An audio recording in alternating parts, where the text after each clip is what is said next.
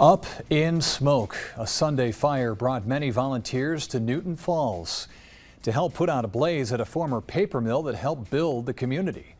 Here's 7 News reporter Mark Mason Jr. That was one of the larger fires we've had in this area. We were there probably 3 hours, 4 hours until it was probably under control. A fire nearly as tall as nearby trees produced thick black smoke, seen for miles Sunday, coming from one building at the former Newton Falls paper mill. Fire officials say a wooden administration building burned, with the fire starting on the 2nd floor, they believe. Officials say the property has had problems with people trespassing, but there's no official cause for the fire.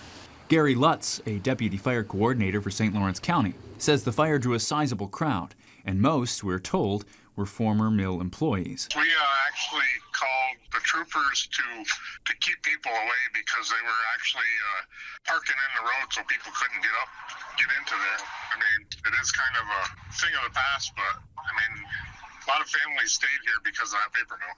The mill stopped making paper 15 years ago. It once was one of the largest employers in this area of southern St. Lawrence County. Daniel McBroom remembers working in the office space that caught fire. Oh my gosh, because thinking back, I worked here and my father worked here, and it's just a landmark. While the McBroom family says the paper mill is something the community cherishes, they also hope at some point it might get redeveloped. The St. Lawrence County Industrial Development Agency has been marketing the property for reuse. I mean, it's already a challenging redevelopment property, and this certainly doesn't help that, but it doesn't prevent anything because any likely redevelopment would be in the warehouse section. That warehouse is 60,000 square feet, situated here on the back of the property and not affected by Sunday's fire. Mark Mason Jr., 7 News.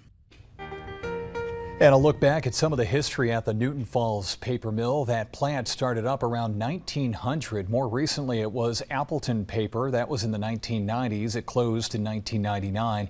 It sat vacant for a few years and then reopened in 2007 as a Newton Falls fine paper company.